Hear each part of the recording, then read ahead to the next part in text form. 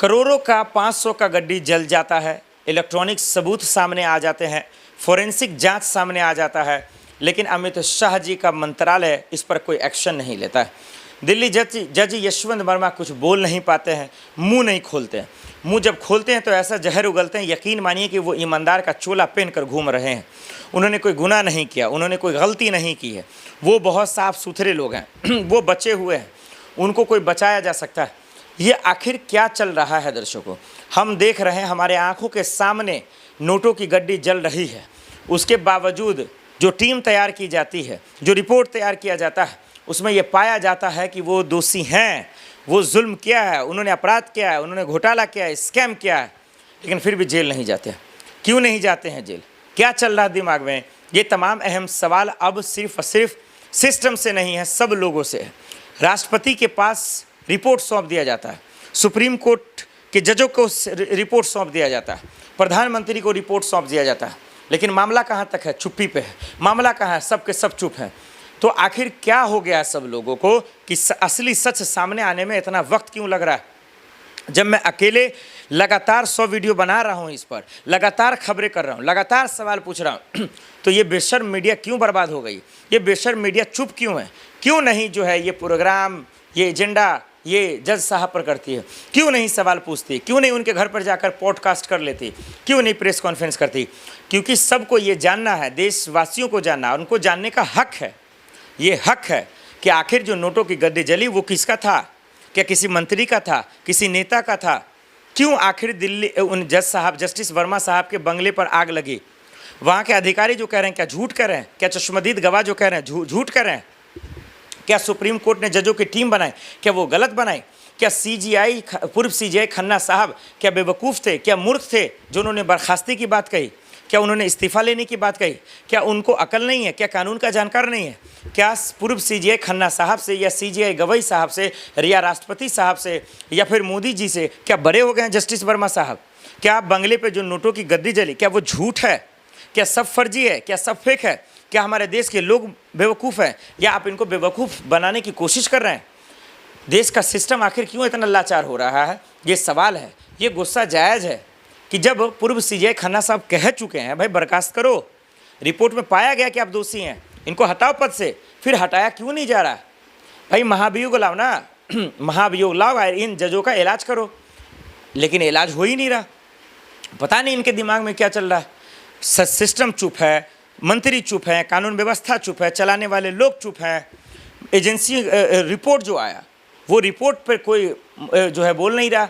पूर्व सीजीआई खन्ना साहब रिपोर्ट सौंप चुके हैं राष्ट्रपति को, राष्ट्रपति महोदय जी को एक्शन लें, मोदी जी एक्शन लें, प्रधानमंत्री को भी सौंप दिया गया। पार्लियामेंट लाइए ना, महाभियोग चलाइए ना, इनको जेल में डालिए। ऐसे जजों की जगह जेल में है, इनको जज के रूप में मत देखिए। जज निष्पक्ष होता है, जज ईमानदार होता है, जज सबके लिए भला सोचता है, जज किसी को जो है मोह माया देकर इंसाफ नहीं करता। जब जज के बंगले पे करोड़ों अरबों रुपए जलेंगे, नोटों की गड्डी जलेगी, तो ये पूछना कैसे गलत हो गया कि किसका पैसा है और कितना पूछे, कब तक पूछे, क्यों नहीं बता रहे आखिर जज साहब? ये सवाल तो पूछा जाएगा। रिपोर्ट पर रिपोर्ट आ रहा है, चश्मदीद गवाह पे गवाह आ रहे हैं, एक से बढ़कर एक सबूत है, फॉरेंसिक रिपोर्ट है आपके पास, इलेक्ट्रॉनिक रिपोर्ट है, वीडियो आपके पास है, सीसीटीवी आपके पास है। मजाक बना दिया इन लोगों ने। भाई इतना पैसे जल रहे हैं आपके, आखिर पैसों की सच्चाई कौन बोलेगा? तो जस्टिस यशवंत वर्मा जिस तरीके से लोगों को गोल गोल घुमा रहे हैं, इस बात की ये सच्चाई है, ये गवाही है कि वो किस तरीके से असली सच को छुपा रहे हैं।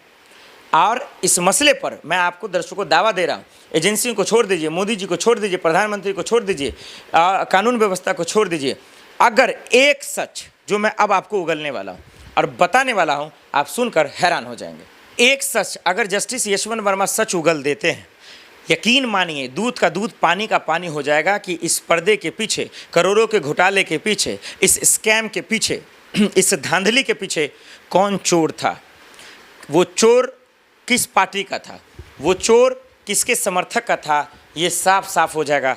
लेकिन इन सब में जस्टिस यशवंत वर्मा को साथ देना पड़ेगा, मुंह नहीं छुपाना पड़ेगा, मुंह नहीं फेरना पड़ेगा कि हमारा गुनाह नहीं है, हमारी गलती नहीं है, हमने ये नहीं किया, हमने वो नहीं किया। आपको बताना पड़ेगा कि आपने आखिर ये पैसा किसका था, आप पैर पीछे नहीं कर सकते जस्टिस यशवंत वर्मा साहब। 1 से 2 महीने होने जा रहे हैं, 3 महीने हो जा रहे हैं। पूर्व CGI खन्ना साहब ने आपको जब कह दिया, राष्ट्रपति जी के पास रिपोर्ट सौंप दिया गया, प्रधानमंत्री को सौंप दिया गया, जब बातें हो रही हैं खास करके महाभियोग लाने की, क्या तब मानेंगे आप? यारे आप यही बता दीजिए, आप प्रेस कॉन्फ्रेंस कीजिए। जस्टिस यशवंत वर्मा से मेरा सवाल है, आप प्रेस कॉन्फ्रेंस कीजिए, मीडिया में आइए, मीडिया में आकर मीडिया के सवालों का जवाब दीजिए, या फिर आप साफ साफ बताइए ये पैसा किसका था, आपका नहीं था तो कैसे नहीं था। जो रिपोर्ट आए, जो रिपोर्ट तैयार हुआ उसको बताइए गलत कैसे है। खाली एक शब्द में कह देने से नहीं कि ये गलत है, ये साजिश है तो साजिश कैसे है, आपको फंसाया गया तो कैसे फंसाया गया। आप दूध पीते बच्चे तो नहीं हैं, आप जज हैं, दिल्ली हाई कोर्ट के जज थे आप, और अब इलाहाबाद में आप जज हैं। तो आप इतने संवैधानिक पद पर हैं और मजाक बना रहे हैं। आप कानून का मजाक उड़ा रहे हैं, एजेंसियों का मजाक उड़ा रहे हैं, वो 3 जजों का मजाक उड़ा रहे हैं, पूर्व CGI खन्ना साहब का मजाक उड़ा रहे हैं, राष्ट्रपति का मजाक उड़ा रहे हैं, प्रधानमंत्री जी का मजाक उड़ा रहे हैं, हमारे देश के सिस्टम और लोगों की उम्मीदों का मजाक उड़ा रहे हैं। क्योंकि आप चुप हैं, आप खामोश हैं। ये खामोशी आपकी बेईमानी हो जाएगी, ये चुप्पी आपकी बेईमानी हो जाएगी कि आखिर आपके बंगले में पैसे कैसे जले। आपके परिवार वाले वहाँ नहीं थे, ठीक है, आप नहीं थे, लेकिन आपको पता तो होगा कि आपके बंगले में पैसा आया कैसे। और यही बात तो उपराष्ट्रपति धनखड़ साहब ने कहा। उपराष्ट्रपति धनखड़ साहब की बात मान लीजिए, उन्होंने कहा कि FIR दर्ज होनी चाहिए, कानूनी कार्रवाई होनी चाहिए और आपको जेल में जाना चाहिए। अब आप बताइए, धनखड़ साहब का बात नहीं मान रहे आप, तो किसका बात मानेंगे? तो जस्टिस यशवंत वर्मा को मुंह खोलने की ज़रूरत है। इसका मतलब ये हो जाएगा कि इनको कानून का डर नहीं है। अगर ये कुछ नहीं बोलते हैं तो ये तो वही वज़ीर आज़म वाली बात हो जाएगी, हुक्मरानों वाली बात हो जाएगी। सरकार आपकी, सत्ता आपका, कानून आपका, लॉ आपका, नियम आपका, प्रशासन आपका, पुलिस आपकी, एजेंसियाँ आपकी। और जब सवाल पूछने की बात आती है, घटना होती है, तो कहते हैं हमारा कुछ नहीं, पैर पीछे कर लेते हैं, आँख बंद कर लेते हैं, कान बहरे कर लेते हैं, मुँह में दही जमा लेते हैं। तो सवाल ये है कि ये तो एजेंसियों का मजाक है ना। आप खुद एक जज हैं, आपके बंगले में पैसे जले और आप खुद ही कह रहे हैं कि हमको पता नहीं है, आपको कानून पे भरोसा नहीं। अरे आप कानून का साथ दीजिए ना। आपको तो खुद आकर एक बात बताइए, बहुत सारे जजों पे आरोप लगा, बलात्कारी के आरोप लगे, खुद आकर प्रेस कॉन्फ्रेंस किया कि नहीं किया? एक से बढ़कर एक आरोप लगे। तो भाई आप जब ईमानदार हैं, आप सच्चे हैं, फिर आकर आप बयान दीजिए। आप बयान क्यों नहीं देते? तो दिल्ली जज यशवंत वर्मा से सीधा सवाल है, पूरे हिंदुस्तान की तरफ से मेरा सीधा सवाल है, आप मुंह खोलेंगे या नहीं खोलेंगे? आप नोटों की गड्डी जलने का सच लोगों को बताएंगे या नहीं बताएंगे? क्या आपको देश के कानून से डर नहीं लगता? राष्ट्रपति से डर नहीं लगता? प्रधानमंत्री से डर नहीं लगता? देश के सिस्टम से डर नहीं लगता? नहीं लगता तो आप बता दीजिए कि हमको डर नहीं लगता है। आप बता दीजिए कि हम डरने वाले नहीं हैं। आप बता दीजिए कि मैं बेकसूर हूँ, हमको फंसाया गया, इसके पीछे कौन कौन है बता दीजिए। आप बता देंगे दूध का दूध, पानी का पानी आ जाएगा। लेकिन जो रिपोर्ट आया है वो तो हैरान करने वाला है। वो रिपोर्ट में तो बता रहा है कि आप दोषी हैं। इसका मतलब ये है कि आप, वो वाली कहावत है, एक तरफ चोरी दूसरी तरफ सीना जोरी, ये नहीं चलेगा। जो गलती है वो एक्सेप्ट कीजिए। गलती एक्सेप्ट करने वाला ईमानदार होता है, गलती एक्सेप्ट करने वाला देशभक्त होता है। तो जज साहब आपको ये सबूत पेश करना पड़ेगा कि आप देशभक्त हैं या देश विरोधी हैं। पैसे जो जले वो किसका था ये आपको बताना पड़ेगा, नहीं तो ये वाकई में न्यायालय के साथ, एजेंसियों के साथ, सिस्टम के साथ बेईमानी होगी, जो बहुत बड़ा शर्मनाक बात है।